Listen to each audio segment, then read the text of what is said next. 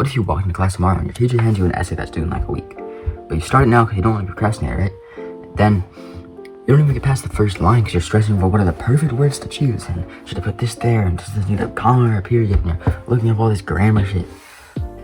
The thing is, you don't get any better results than the procrastinator because you both delay it till the end because you're stressing over what the perfect things are. And so you both have to rush it in the end and you come up with basically the same result.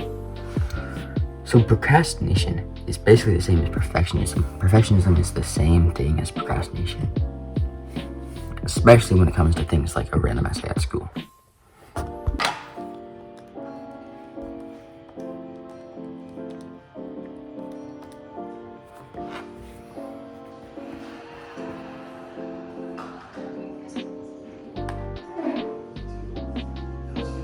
You know, one of my biggest realizations of the last year was that since I don't really care about school and I just have to get like good grades so that my parents are happy, I don't have to go above and beyond. People throw around the phrase of like excellence in all areas, guys, and I tried that. Like, at the beginning of 8th grade, I was dialed in on schoolwork, like I was trying to make everything perfect, but I got worse grades than I do now.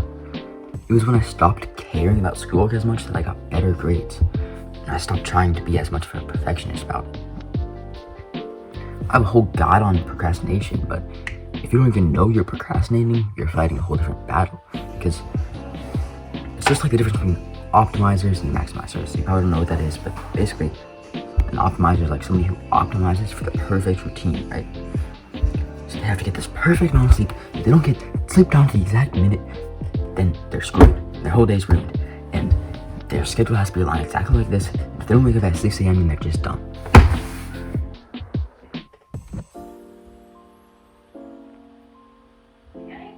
Yeah.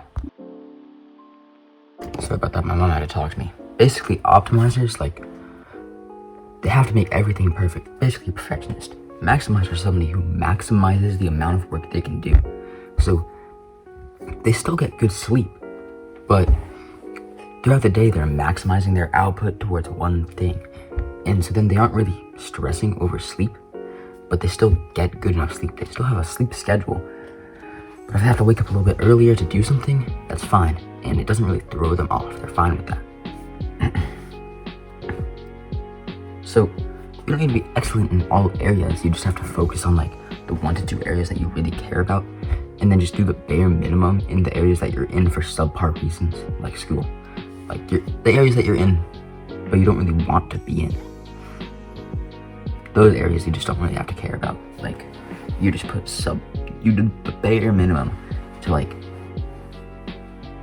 justify you being there. So yeah, you just put all your energy into the areas of life that you actually care about.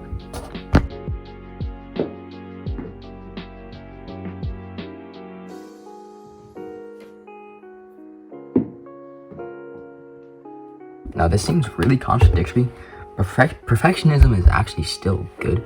Like, when you're perfecting everything is bad, but if you focus on those 1 to 2 areas, and in those 1 to 2 areas, you can be a complete perfectionist. When it comes to like swimming, for me, I can be a complete perfectionist. I can perfect every little bit of my stroke because I actually care about that. Because that's something like I actually value using for my time. It's still good to be a perfectionist in that area because that's something where you actually want to make progress in. And so dialing in on that area will help you. Basically, devote yourself to 1 to 2 things, and everything else is just a waste of your valuable time. Yeah. Damn, I really need a better outro.